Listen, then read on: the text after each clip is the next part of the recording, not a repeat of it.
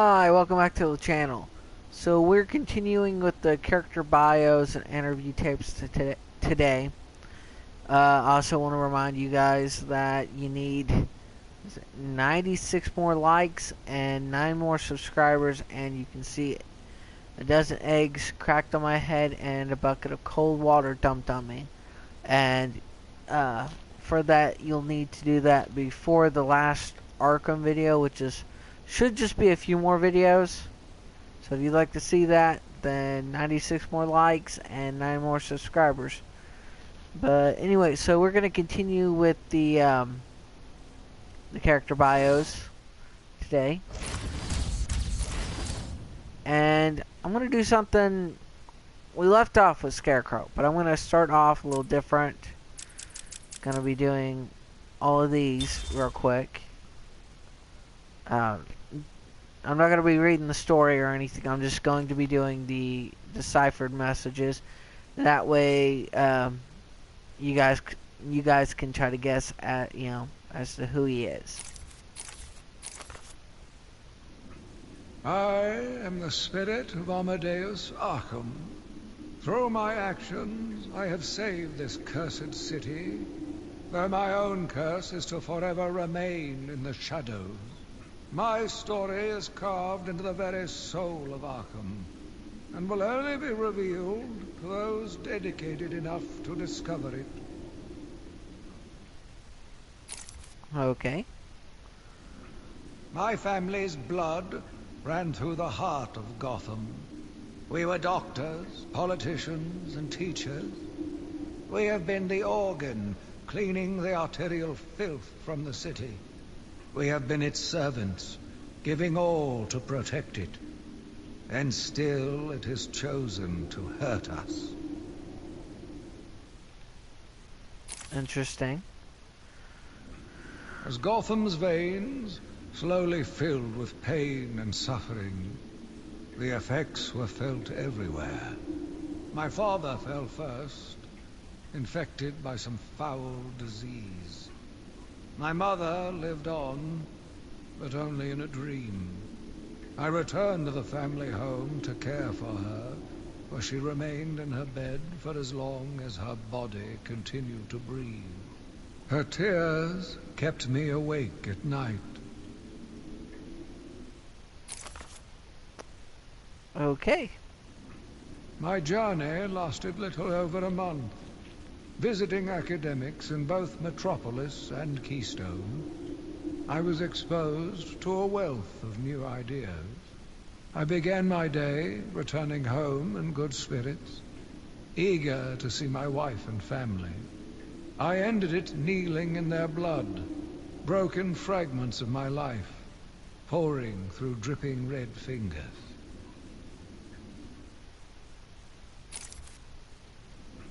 I returned to my work, but I could not shake the pictures from my mind. I should have been repulsed, but I was more eager than ever to find an explanation for why someone would do this. Sounds like someone killed someone. At least that's what it sounds like to me. They brought the animal before me, shameless and barking like a mad dog. For what felt like days, I endured his boasts. He took pleasure recounting his actions, cataloguing his depraved crimes. What should have been revenge turned to pity. This poor dog needed my help.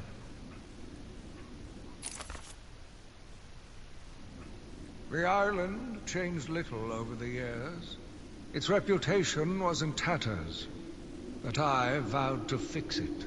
As the buildings were rebuilt, I saw the future. A bright, wonderful future. New brick, metal and paint covered old wounds. Fresh blood was injected into the body. Bright new minds came, and all swore to uphold our promises. We all knew we were the ones to fix this city, and the city would thank us. My family's killer stood in front of me. Years of therapy have deemed him sane. I was proud to see him walk free. In exchange for his liberty, the state required only a signature. He talked about wanting to walk in a park, how he longed to feel fresh air on his face. And then he took my father's fountain pen and killed my secretary. As he was subdued, he screamed out, pleading for forgiveness, for pity. But I had none. I watched as guards beat him to a stain on the floor. Yeah, that must have been kind of like a slap to the face. Spring was a turning point, a new beginning, a glorious realization of my true destiny. My family's killer perished in an unfortunate accident. These animals cannot be cured. Like dogs, they only respond to discipline. And if that fails, then I was afraid that these accidents would have to continue.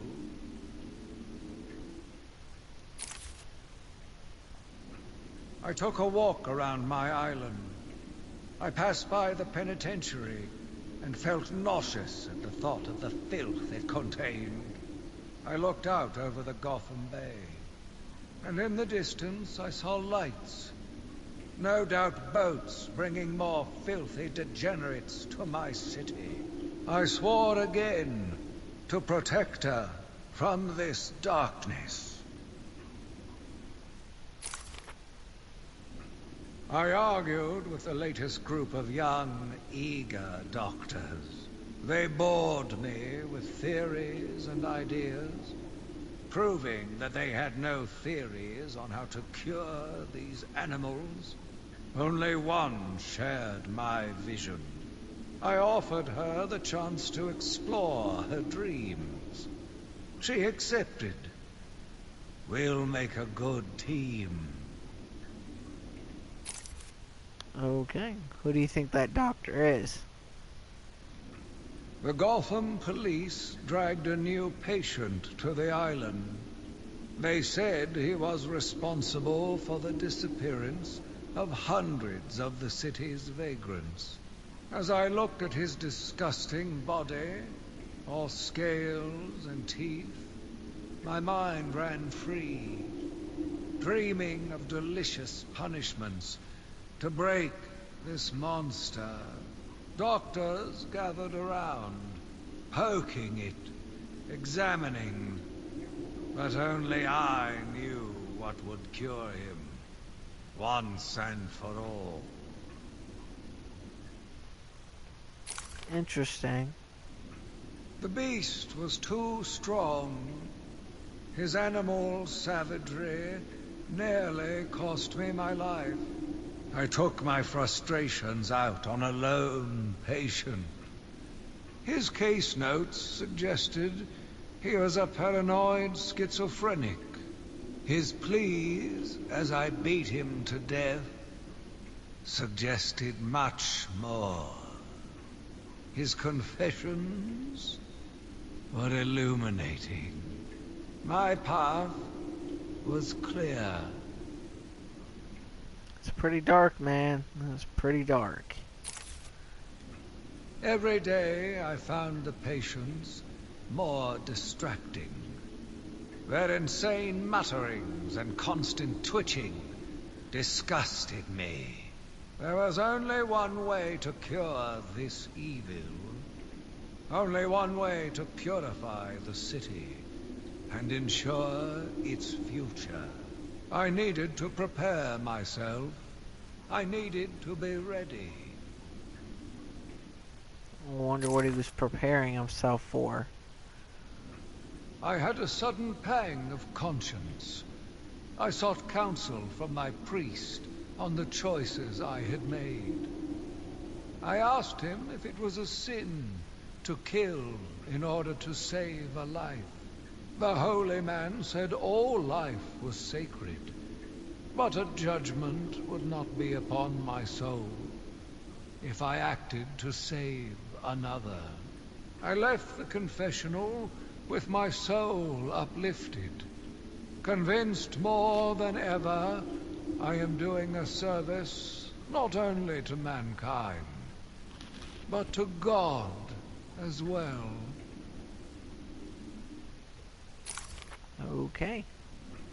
I watched in silence as he brought in the woman.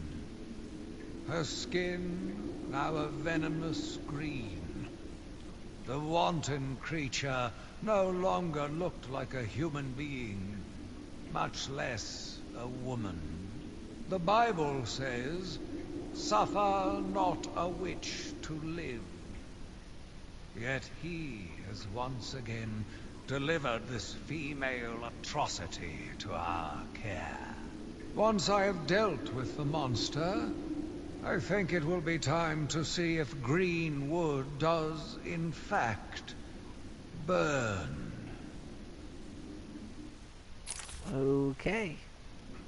Sitting in the darkness outside of his cell, I watched the crazed twitching, listened to the disgusting words that came from his mouth. How can I let a dirty animal like this live? He is the cancer I have sworn to protect the city from. Curse me for a fool! How could I not see it until now?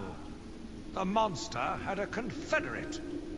I hid in the darkness near his cell, and saw with my own eyes one of the doctors whispering to him.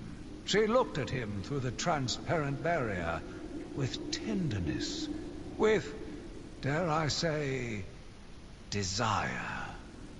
My skin crawled with revulsion as she kissed the glass. Fighting the urge to dash the woman's head through the glass, I let her continue. The damnable clown might have shared secrets with her that would be useful once the mad dog has been executed. I'm sure the woman will reveal what she knows to me.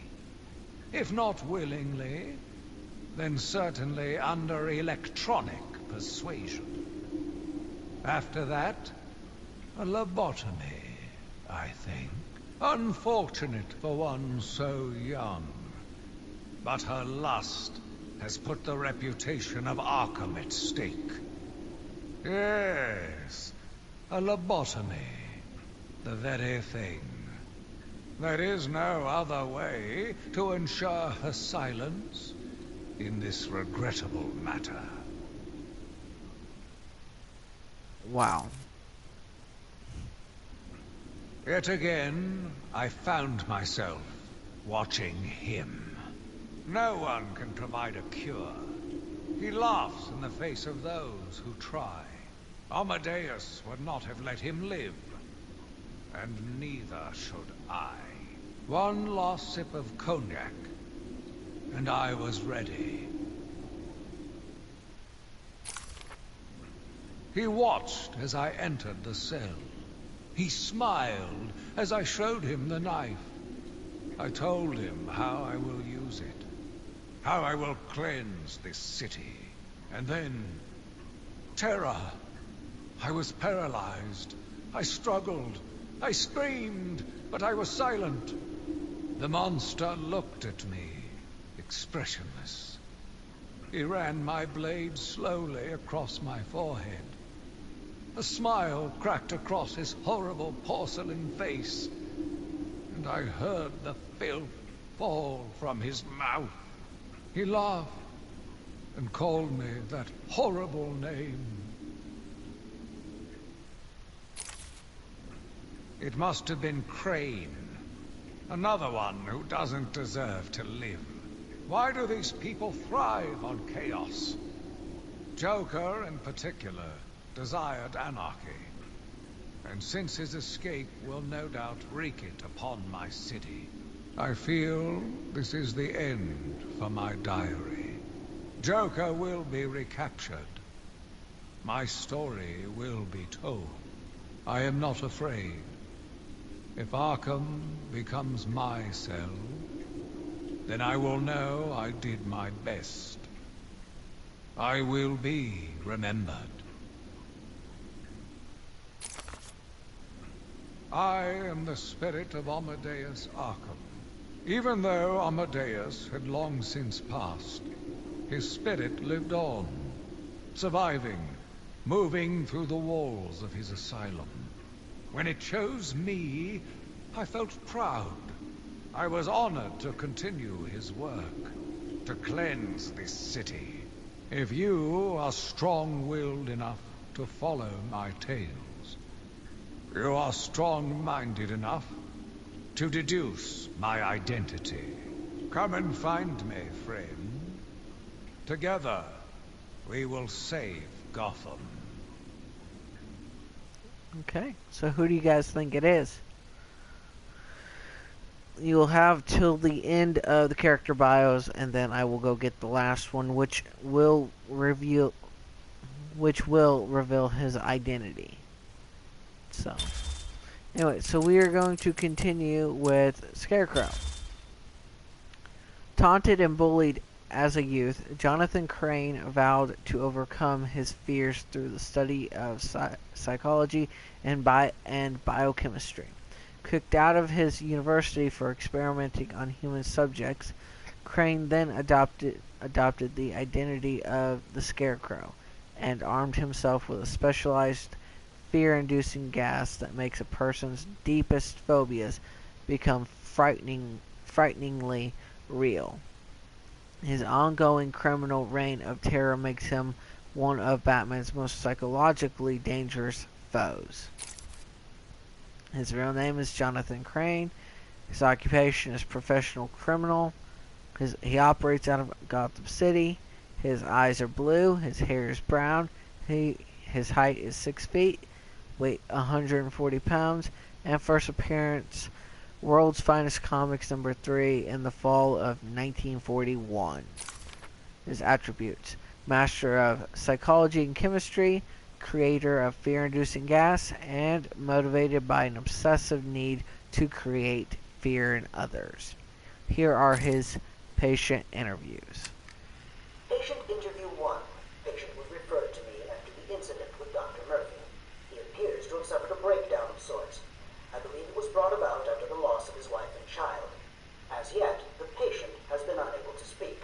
Continued observation shows little mental activity. It's as if the shock of what he saw triggered his mental collapse. There's someone in here! It's him. We found him. Break down the door! Note to self. As ever, it is difficult to continue my research under such conditions. Step away from Dr. Combs. Now. Get down on the ground. We found him. Someone get a medic. Oh, God, what's he done to him? Okay. Patient interview 6. Dr. Crane has been back in custody for 3 weeks. Regular sessions have been inconclusive. I am not sure he is actually insane. Good evening, Stephen. How are you tonight? I'm conducting the session, Jonathan. Of course. If that helps you cope, I wouldn't have it any other way. Let's talk about the events 3 weeks ago. What did you think you'd achieve? Dr. Murphy is still in therapy. I wanted to understand him. His personal demons, his fears. It's all quite fascinating, really. But you were a respected doctor. A brilliant mind. Now just another resident in Arkham. Can I have a drink? A strong one? This kind of question bores me. I'm afraid not. Interesting choice of words, Doctor. Tell me, what are you afraid of? Okay. Kind of a reverse psychology thing going on. Patient interview 9. Dr. Crane continues to evade questions. I believe he is quite sane, just evil. He takes no interest in the people he has hurt. His research appears to be the only motivating factor in his life. What is it about fear that drives your obsession? Fear drives everything, Stephen. Everything. Your life is governed by fear. Every decision you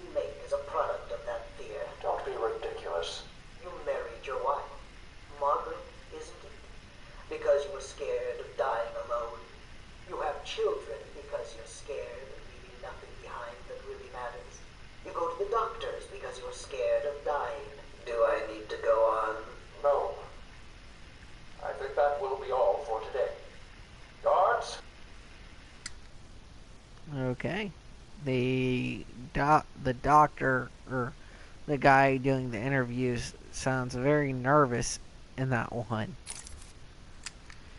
Today I have another interview with Crane. I cannot say I am looking forward to it.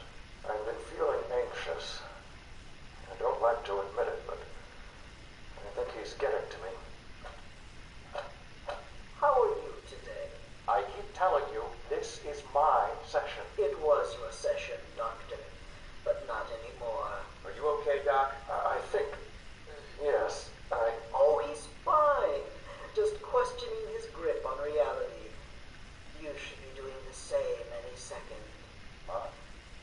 Is that you? Wait, what are you doing? Get off of me. Help! I need help here! I can't breathe. Like I said, you're all part of my experiment now. That's quite the twist. Asylum Interview 1. My experiment is underway. Working alone, I have created my ultimate fear gas. Its potency, a revelation.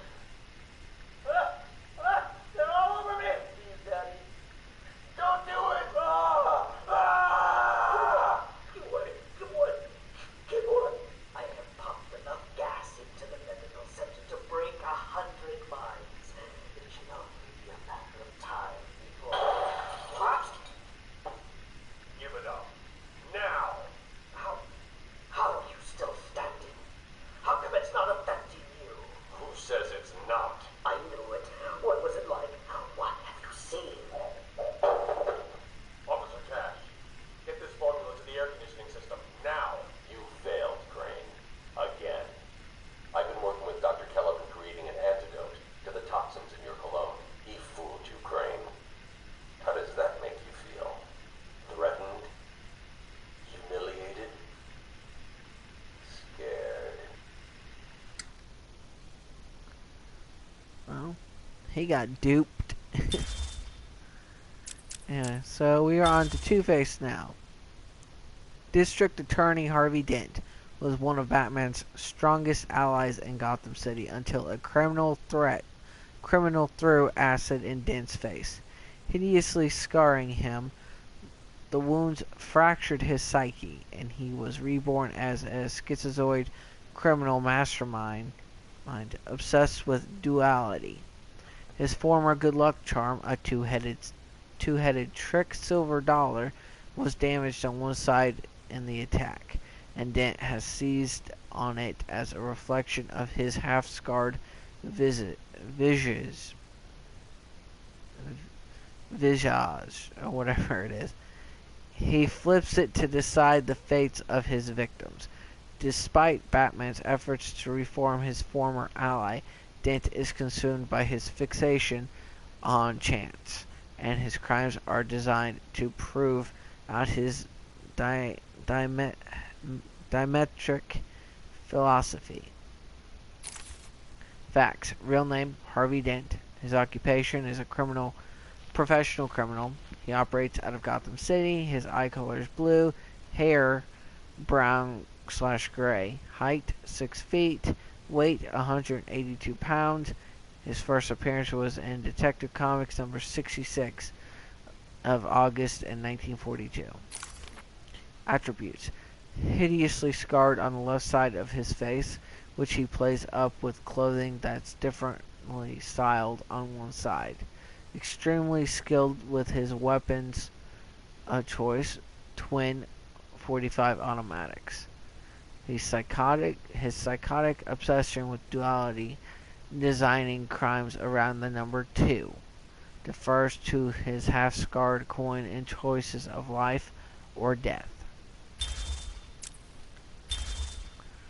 Jack Ryder is an investigative reporter turned controversial talk show host, well known for his aggressive manner and his determination to get to the truth. What his viewers don't realize is that he's also the Creeper, a garishly colored vigilante who Ryder can, with effort, turn into at will. Although at that point the Creeper's manic personality takes over.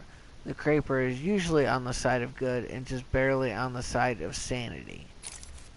Facts. Jack Ryder, occupation, investigative reporter. He operates out of Gotham City.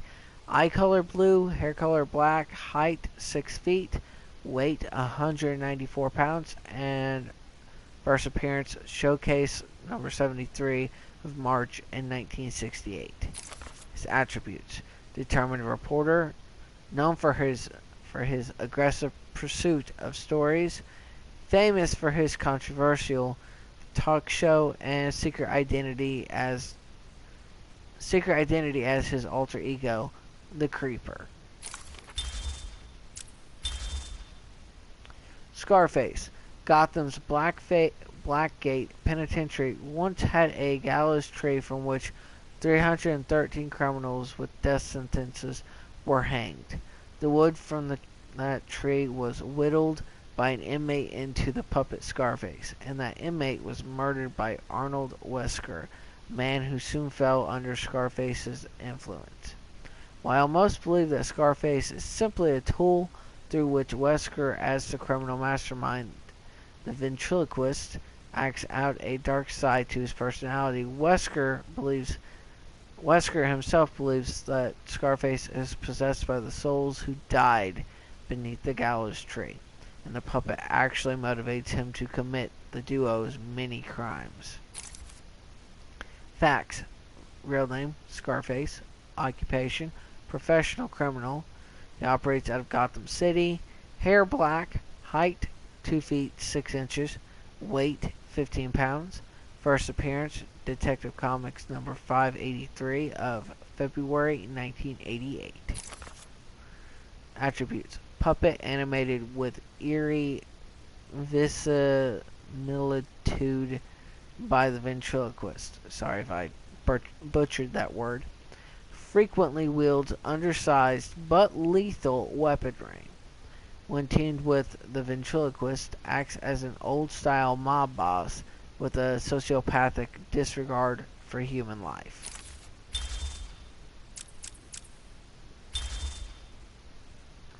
A dark reflection of Batman, Prometheus was raised by criminals who were gunned down by policemen right in front of him. Dedicating his life to destroying the law, Prometheus traveled the world and trained in the ways of murder. Clad in an armored suit that maximizes his natural skills, he is a master assassin whose physical and mental abilities rival Batman's own. Real name unknown. Occupation professional criminal. He operates out of Gotham City. Brown eyes. Hair color is white. His height is 6 feet. Weight 180 pounds. And first appearance Prometheus number 1 of December of 1997. Attributes: pathological need to kill law enforcers, trained to peak physical and mental levels, and arsenal of weapons and deadly gadgets. Maxie Zeus, a deranged gang leader. Maxie Zeus came to believe himself an avatar of the Olympian god Zeus. Creating a cult of gang members to do his bidding, Zeus became a power player in the Gotham City underworld. His criminal activities are perpetrated by his army of followers, and he believes overseen by the Greek gods themselves. Real name, Maxie Zeus.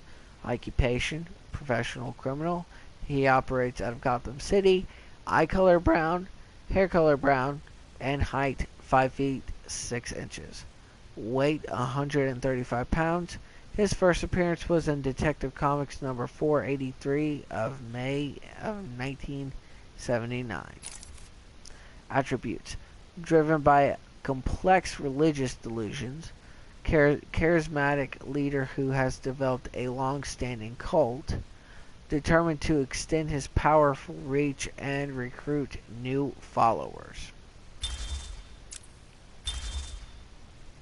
Tommy Elliott and Bruce Wayne were childhood friends and, unknown to Bruce, dark reflections of each other. A childhood sociopath, Elliot tried to kill his parents so he could inherit their fortune. When his plan failed, partly due to the surgical skills of Thomas Wayne versus father, Elliot blamed Bruce. An incredibly skilled surgeon as an adult, Elliot planned an elaborate revenge scheme on the Batman. He disguised himself as the villain Hush, his face covered in bandages, but he was in the end defeated and unmasked by the Dark Knight. Hush still plots revenge against Batman, generating complicated schemes with surgical precision.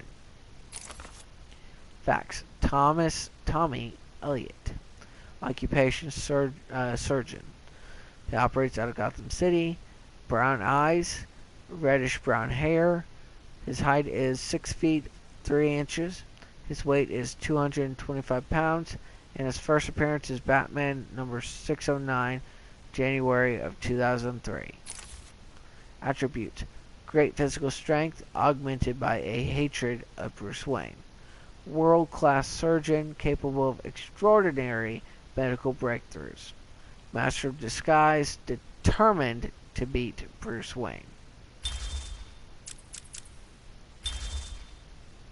A crooked financier who stole millions of dollars, Warren White thought he'd scored a legal victory when his insanity plea went through. But when he got to Arkham Asylum, he realized his mistake. Driven insane by the other inmates, he was also disfigured by an encounter with Mr. Freeze that left him without hair, a nose, ears, or lips. Calling himself the Great White Shark, he filed his teeth into more perfectly he filed his teeth in the fangs to more perfectly resemble his new namesake. Putting his financial skills to use, he has become a major player in Gotham's underground crime scene, running a number of rackets from his cell in Arkham. Real name: Warren White. Occupation: professional criminal. He operates out of Gotham City. He has brown eyes. He has no hair. His height is 5 feet 11 inches. His weight is 180 pounds. And his first appearance is in Arkham Asylum, Living Hell number 1. July of 2003. His attributes: brilliant financial skills, which he uses for a variety of criminal purposes. Scarred visage that makes him resemble a shark. Teeth sharpened to points. Little is known of the early years of the nearly immortal Ra's al Ghul, or Ra's al Ghul, whose name means the demon's head, but it is known that he has lived for many centuries due to the Lazarus pits, mystical and alchemical brews that restore his youth. A brilliant master of strategy and organization, Ra's al Ghul, or Ra's al Ghul's goal is to save the Earth from ecological devastation by destroying most of its population. He recognizes Batman as both a worthy foe and a possible ally, except that Batman cannot accept his dystopic worldview. Batman also shares a love-hate relationship with Rachel Roz's daughter, the beautiful Talia. Real name: unknown. Occupation: international terrorist. Base of operations: mobile. Eye color is green, hair color is gray with white streaks. Height is 6 feet 3 inches, weight 110 pounds, and his first appearance is Batman number 232 of July 1971. Attributes: genius, intellect, and strategist. Superior strength and stamina. Superb hand-to-hand combatant trained over millennia. Nearly immortal thanks to his Lazarus pits.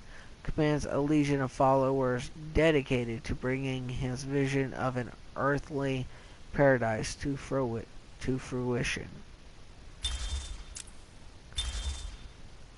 Obsessed from a young age with Lewis Carroll's book Alice's Adventures in Wonderland, Jervis Tetch, an expert hypnotist, embraced a delusion that he was the incarnation of a character in the story, the Mad Hatter. Using his skills for mesmerism, the Mad Hatter has committed many crimes, often themed around the book, and inspired him in his love of hats and headgear, going so far as to implant his hats with mind control chips to amplify his hypnosis skills. Above all other headwear, however, he coverts Batman's distinctive cowl and will stop at nothing to acquire it. Real name, Jervis Tetch. Occupation, professional criminal. Base of operations, Gotham City. Eye colors blue, hair colors red. Height, 4 feet 11 inches. Weight, 115 pounds. First appearance, Batman number 49 of November 1948. Attributes: master of hypnotism and mind control. Obsessed with hats, especially one-of-a-kind items. Delusional schizophrenic with a fixation on Alice in Wonderland.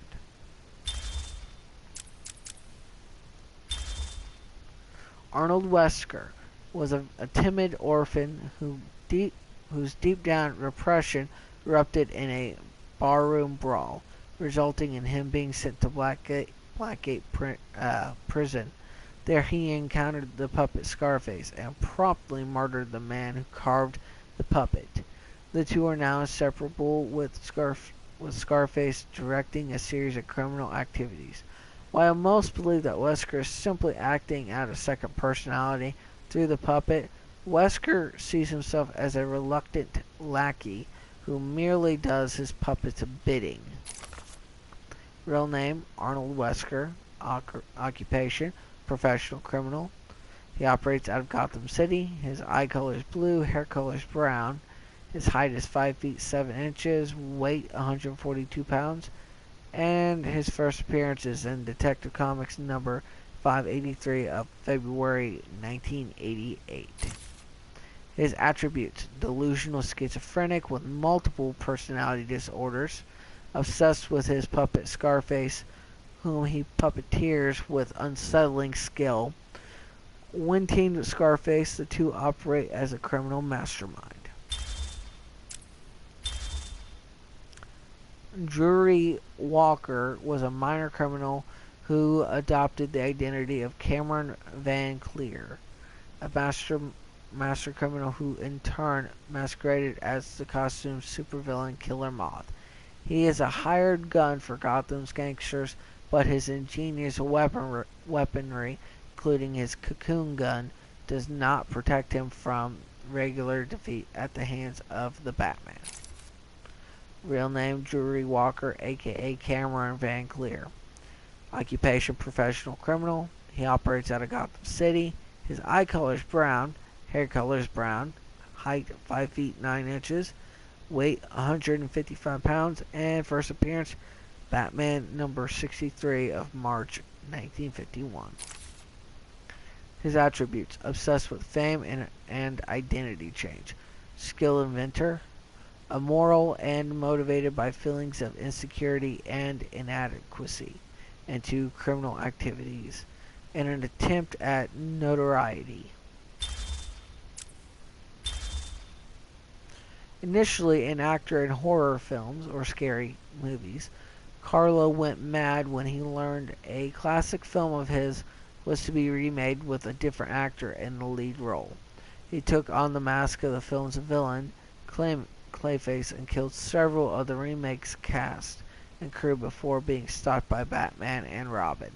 Later, Carlo joined the Mud Pack, an alliance of shape-changing, mutated villains who had subsequently used the name Clayface.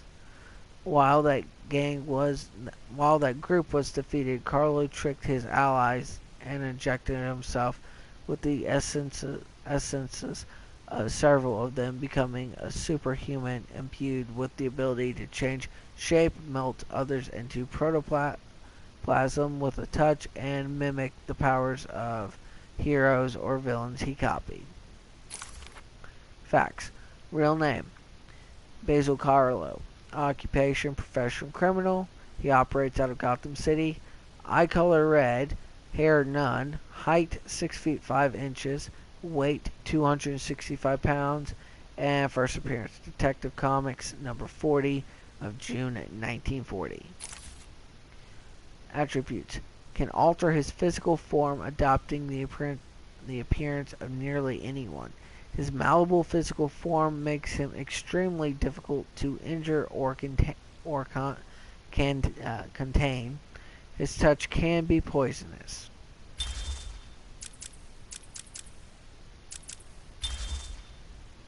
First gaining fame as a psychiatrist who declared that he'd fully analyzed The Dark Knight from afar, Professor Hugo Strange lent credence to his own claims by deducing Batman's true identity as Bruce Wayne.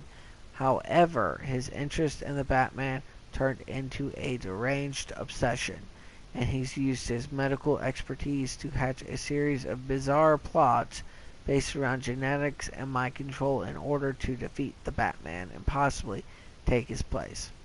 Strange's fragile mental state has left him with intermittent knowledge of Batman's true identity, a fact that hangs over Bruce Wayne's head, for if Strange ever snaps completely, Batman's greatest secret might be revealed. Real name: Professor Hugo Strange. Occupation: psychiatrist. He operates out of Gotham City. Eye color gray, hair color none. Height 5 feet 10 inches. Weight 160 pounds. First appearance Detective Comics number 36 of February 1940. His attributes: trained to physical perfection. He's a brilliant psychological analyst. Extensive knowledge of genetics.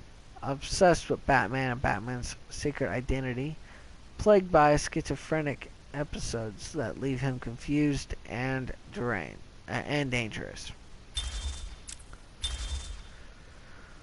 The Rat Catcher. Once employed as an actual rat catcher in Gotham, Otis Flanagan soon started using his natural gift and affinity with and ability to control rats to stage a variety of crimes.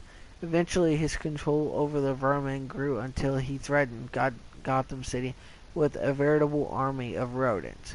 Incarcerated many times at Blackgate, he's able to do as much damage within prison as without, using his loyal pets to relay messages and transport materials inside the maze of ventilation ducts that wind through the giant prison. Real name: Otis Flanagan. Occupation: professional criminal. Base of operations: Gotham City. Eye color blue, hair color brown. Height 5 feet 11 inches. Weight 155 pounds. First appearance Detective Comics number 585 of April 1988. Attributes: thorough knowledge of Gotham's sewer system and Blackgate Prison's layout. Eerie ability to wordlessly communicate with and command all rats. Overvalues rodent life, especially in comparison to human life. An obese, bald man named Humpty Dumpty for his egg-like form. Humphrey Dumpler is obsessed with taking things apart and putting them back together. His crimes at first were minor break-ins leading to small mechanical items no longer functioning due to Dumpler's inability to adequately reassemble them after taking them apart.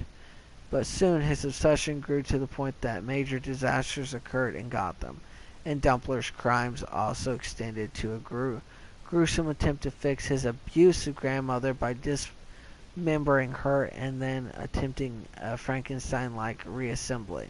At Arkham, he is a model inmate, his quiet nature and imposing physique inuring him to the madness surrounding him. Facts: real name Humphrey Dumpler. His occupation is professional criminal. He operates out of Gotham City. Eye color brown, hair none. Height 6 feet 3 inches. Weight 345 pounds. First appearance, Arkham Asylum, Living Hell, number 1 of July of 2003. Attributes, extremely tall, heavy, and strong. Possesses an almost unnaturally quiet, deliberate nature. Ritualized childhood abuse that has led to a severe case of arrested development and an inability to assimilate into modern society. Obsessed with the processes of disassembling and reassembling.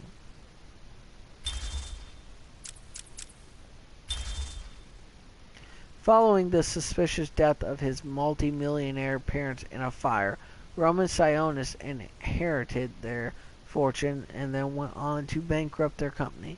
Saved by a buyout by Bruce Wayne, Sionis came to resent and hate Wayne.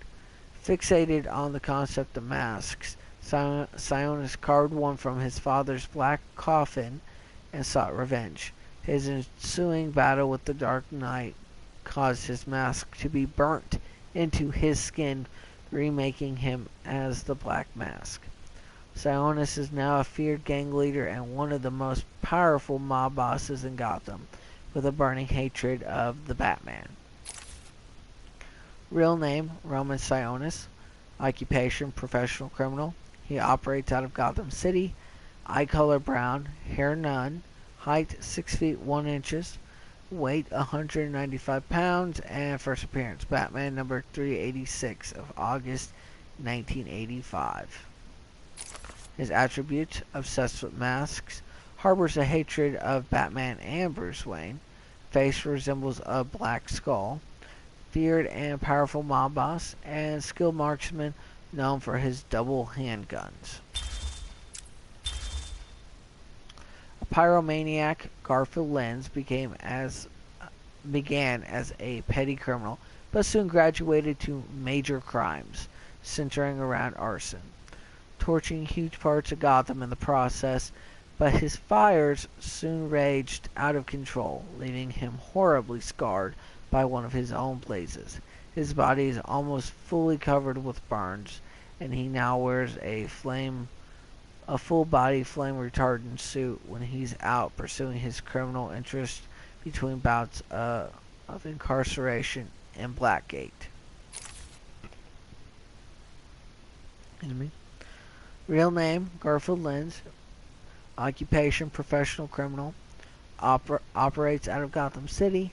Eye color blue, hair white with black temples. His hair's white with black temples. Height 5 feet 11 inches. Weight 165 pounds. First appearance, Detective Comics number 185 of June 1952. Attributes, thorough knowledge of flammable agents, extensive arsenal of fire-creating weapons, scarred over 90% of his body, sociopath with intense pyromania. Cousins with an uncanny resemblance to each other, Denver and Dumfries Tweed both shared criminal leanings and a fixation on Lewis Carroll's Alice in Wonderland. Teaming up, they've modeled themselves after Tweedledum and Tweedledee from that book. Planning often outrageous, absurdist schemes to trap the Batman. Denver and Dumfries Tweed. Occupation, professional criminals. Operates out of Gotham City. Eye colors are brown. Hair colors are brown. They both weigh, their heights are both 5 feet 9 inches. And they both weigh 175 pounds. Their first appearance was in Detective Comics number 74 of April in 1943. Attributes, obsessed with Alice in Wonderland. Skilled criminal masterminds. Despite being cousins, could pass as identical twins.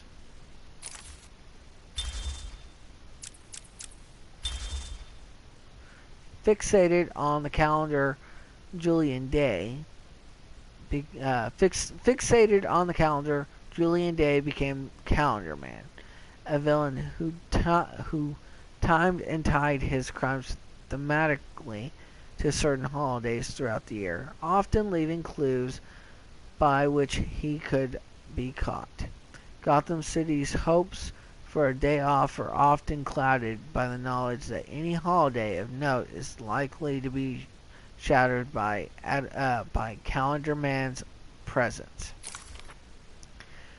Facts: real name Julian Day, occupation professional criminal.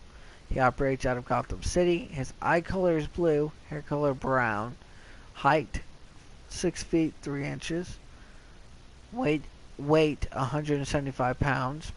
First appearance, Detective Comics number 259 of September in 1958.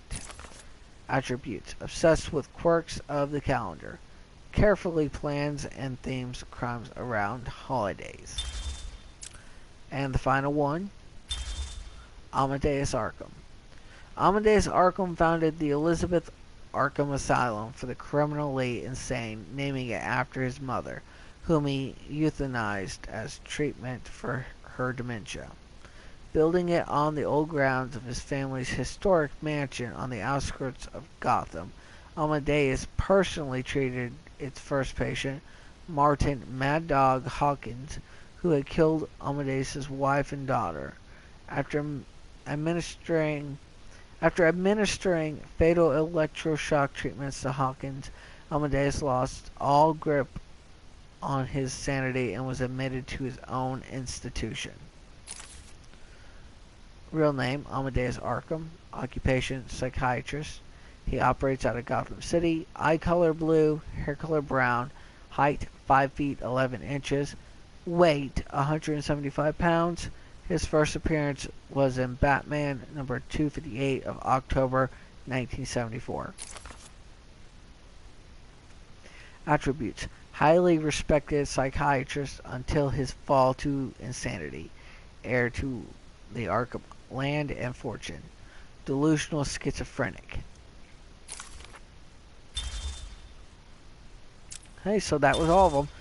So I will play this last message and then we will go scan this last one. I am the spirit of Amadeus Arkham. Even though Amadeus had long since passed, his spirit lived on, surviving, moving through the walls of his asylum. When it chose me, I felt proud. I was honored to continue his work, to cleanse this city. If you are strong-willed enough to follow my tales, you are strong-minded enough to deduce my identity. Come and find me, friend. Together, we will save Gotham. Okay, so I played that one more time for you guys to have a chance to deduce or figure out who he is. If you guys are able to figure out who he is, please let me know in the comments. But anyway, so we are going to go scan this last thing for that. I can never remember what they're called. The Chronicles of Arkham, I think that's what they're called. Wait a second. Okay, so no, we gotta go back this way. So I stayed in this building right here because it's really not that far.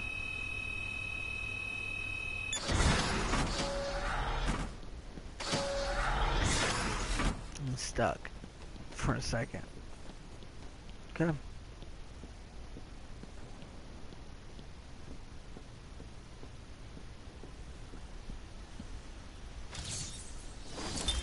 My name is Quincy Sharp, the spirit of Amadeus Arkham. You have done well to decipher my story, and I pray it has helped you on your path. I trust that through my writings you will do what is right. Please, I implore you, continue my work. This city deserves a savior. Continue my work. Okay, so were you able to figure it out? If you were, please let me know in the comments. But anyway, so that will end this video. So the only things that are left are to finish the story. So that will be the next episode. And in it, I will after I've beat the game, I will show you. I'll show you, because on the main menu they have this area where you can look at the models of stuff. So I'll show you those, and that should be about it. But anyway, so if you like the video, please hit the like button, and please subscribe to the channel if you guys would like. If you guys do one or both, you guys are amazing. But also, I'd like to remind you, 96 more likes and 9 more subscribers, and you guys can see a dozen eggs cracked on my head, and a bucket of cold water dumped on me. But anyway, so I hope you enjoyed the video. I'll see you guys in the next one.